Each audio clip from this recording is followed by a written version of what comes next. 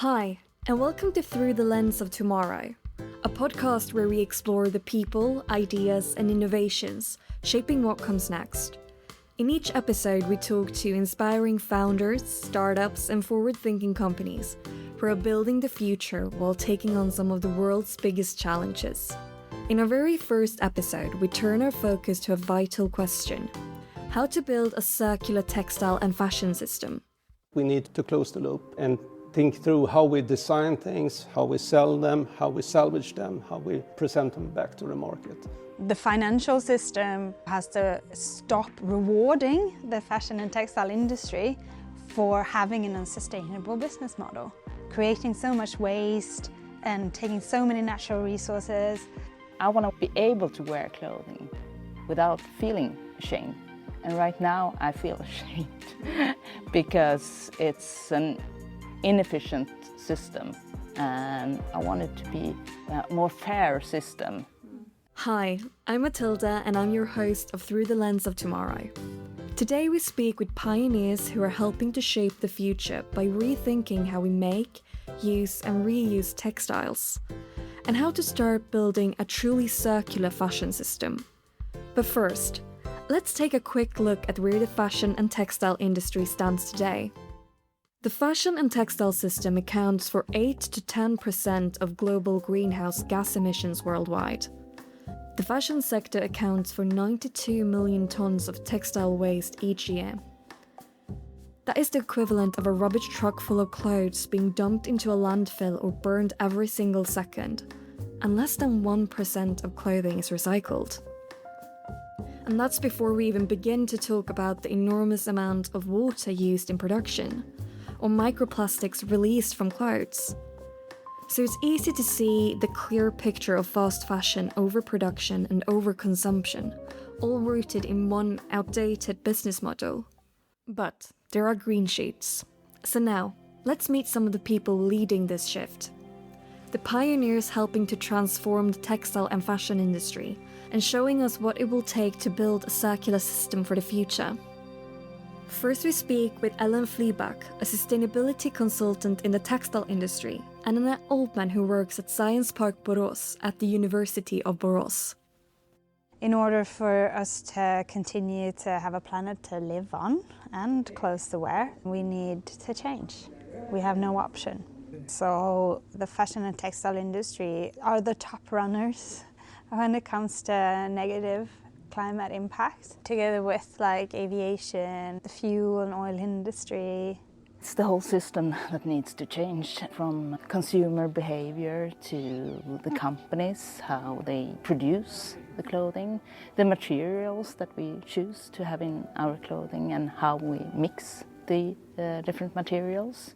But also regulations and policies and the business models connected to this linear business models. We all buy and wear clothes, but it's easy to think of the whole textile and fashion industry as something quite remote from us. But according to the International Labour Organization, 1 in 6 people worldwide works in some way connected to the fashion industry. So most of us are closer to the textile and fashion system than we consciously realize. I want to be able to wear clothing without feeling ashamed. And right now I feel ashamed because it's an inefficient system, and I want it to be a more fair system. The system is not made to profit everybody in the system. So it's like when you go to a shop and you see a garment and you're just like, oh my God, this is such a good price. And I say, when it's too good to be true, it is normally too good to be true. Because somebody has paid along the value chain. If it's not the person making your garment, then it's the Mother Nature, or it's the community, or somebody has paid the cost that you're not paying. The way they are treating people who are actually producing clothes is not good.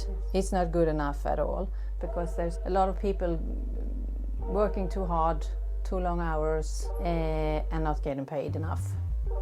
And we are buying too much and burning half of it because it's cheaper. So it's not respectful to people's time, their lives, the way of working, and the materials. We are not respecting anything in that way, so we are trying to put the textile industry higher up because we need to do better actually. And we all need to think about it every day when we go out shopping and so on. That's Helena Andersson, who is one of the founders of Reparell, a clothing company that makes clothes from plastic waste and are based in Gothenburg. Now we hear from Lovisa and Evelina, who founded and run XV Production, a microfactory in the textile city of Borås, which leads remake production, and they have 10 years of experience in circular product development. We start with Lovisa, who explains just how important it is for us to change our relationship with clothes. We think it's important because we want the clothes to live longer, because now the clothes has a very short life cycle. It's important so we can take care of the clothes that we have, and I think it was some research telling us that we had already produced clothes for 6 generations, so that tells me that we have a lot of clothes out in the world already. So to create this circular system is more resource efficient and less chemicals, less carbon, everything is good in so many aspects. So therefore it's important to make it work and not to be too complicated. And we think it's also important that we take care of the clothes that we own and wear. If you need to buy something, it must be like something you really need or something that is sustainable produced, we think. It's important to have that with you, to take care of what we already have, we think.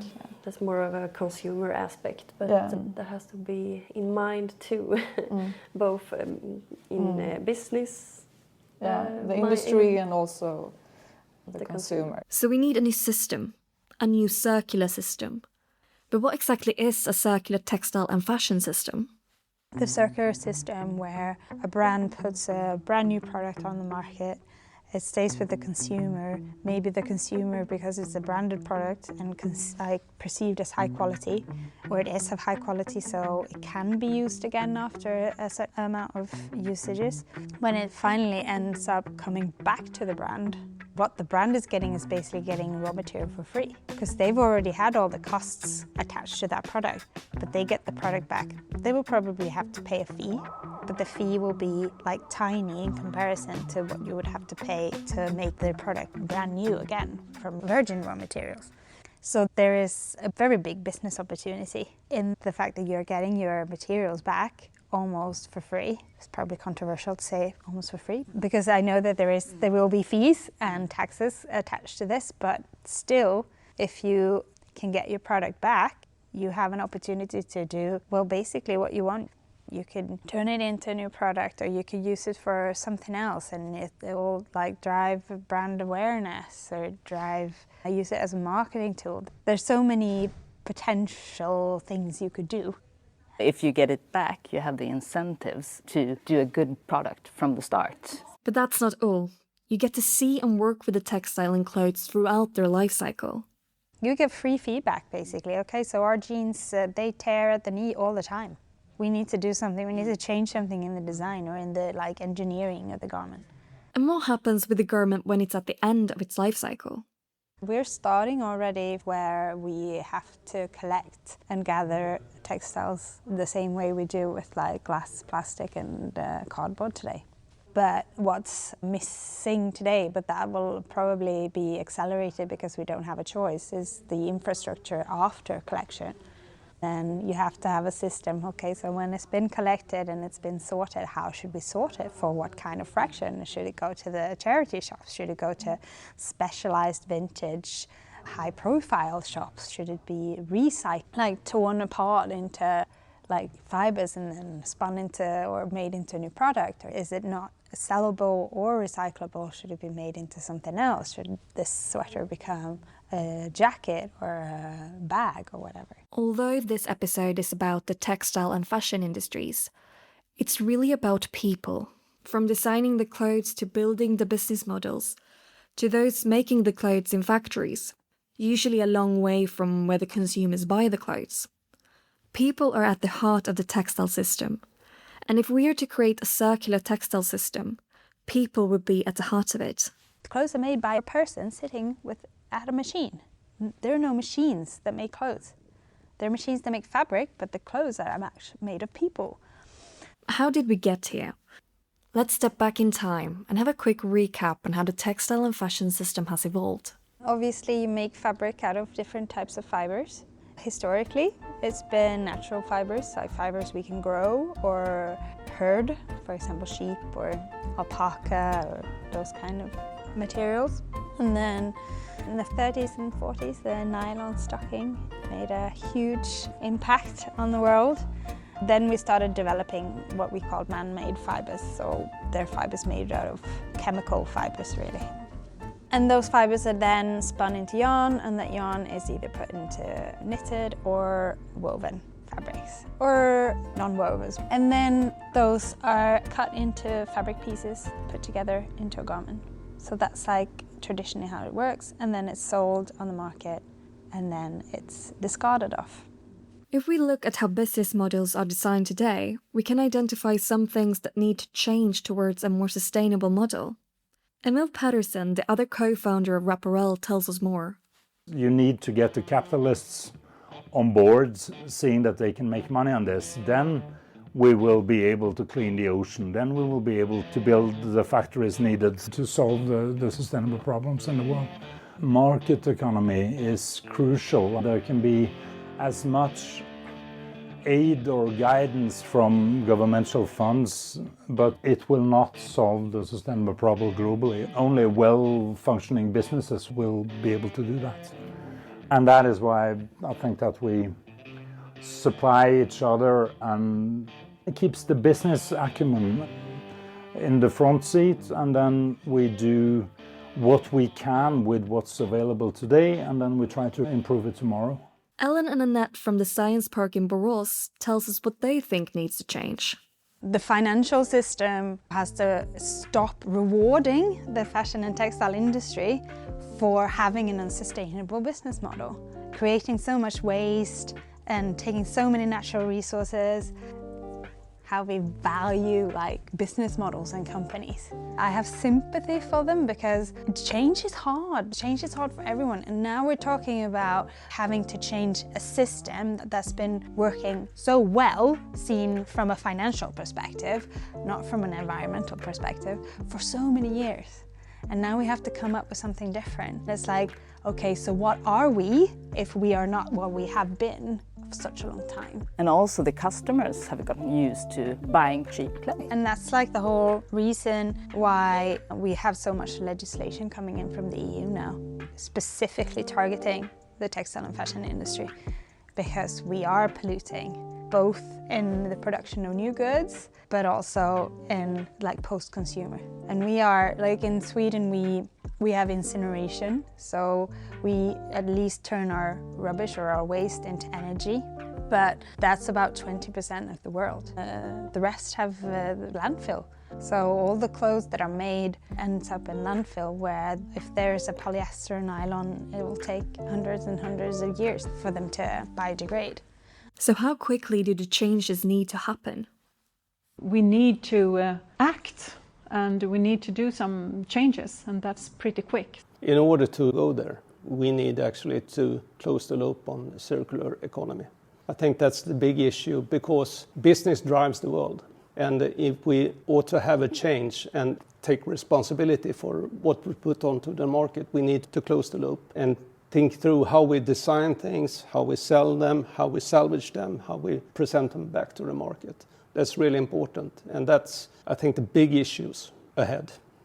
That's Anneli Rådhall, followed by Mats Ekman, both business coaches from Borås Inc., an incubator for tech, textile and fashion startups in Borås. But what are the levels of enthusiasm for companies about going circular? And are companies starting to change their mindset?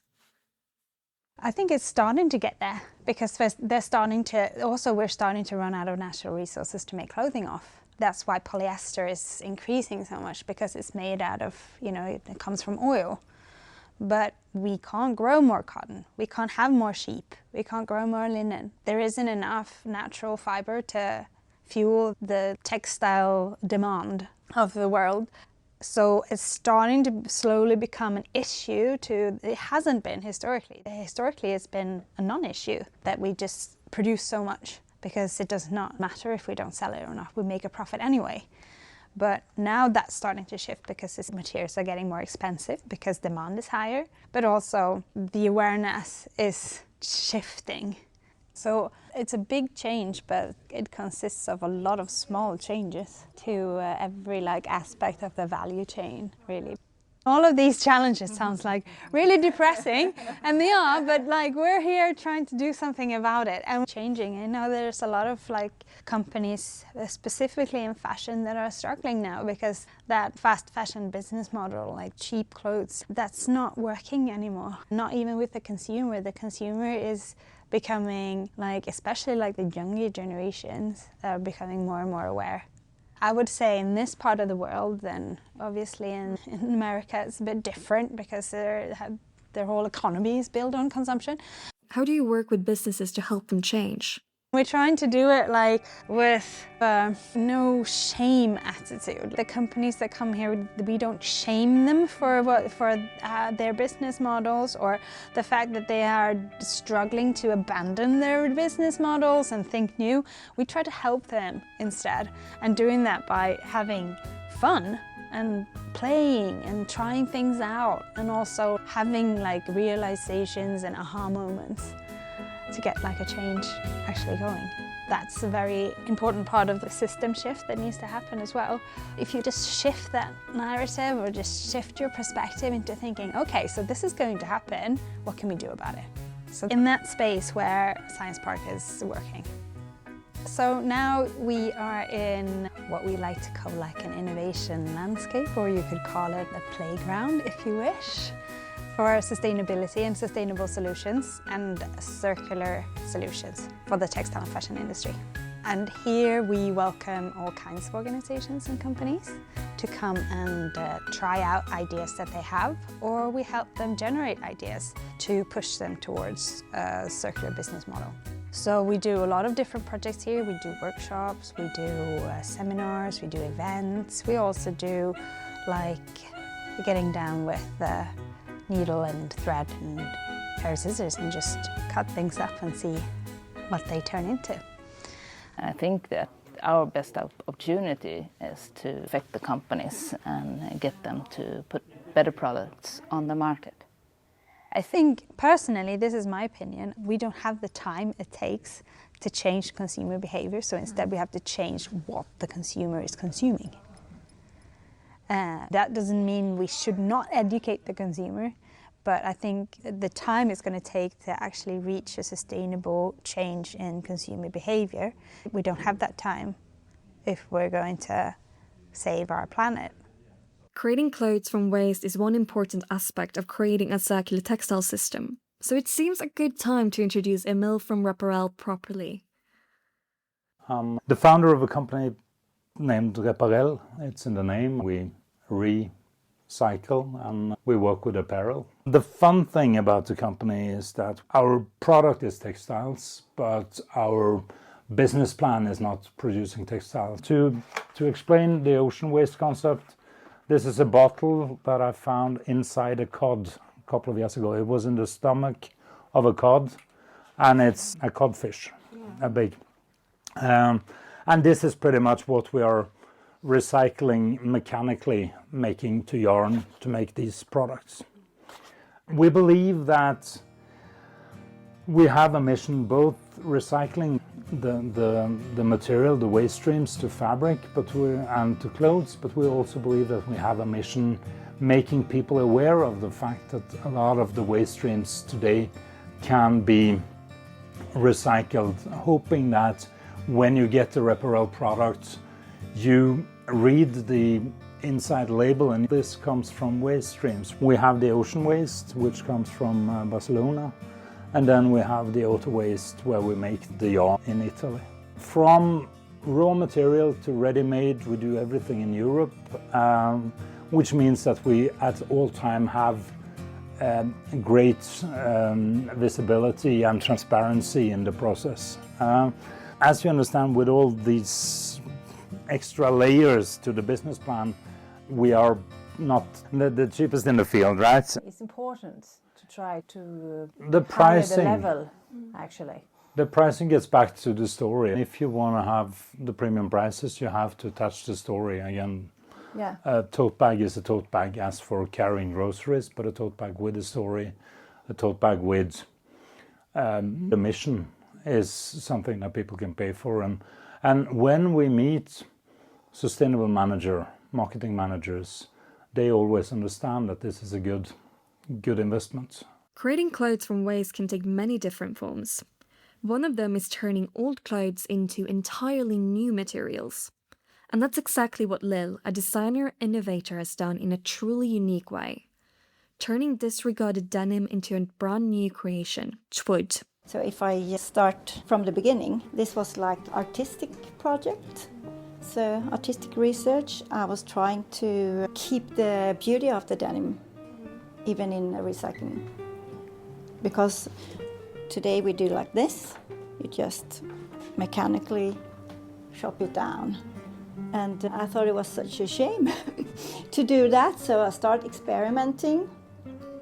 I tried to find out where the feeling of denim disappeared. So that was the start of this innovation journey for me. And initially it was a project 10 years ago where we were supposed to raise the value of textiles from the Red Cross. They were sent it to export and mostly for incineration. So in that project, we made this lamp, and we also made patchwork and that kind of stuff. And then I start work more like experimental out of that. So the name of this project was initially Poetry of Waste, because I just wanted to make people aware.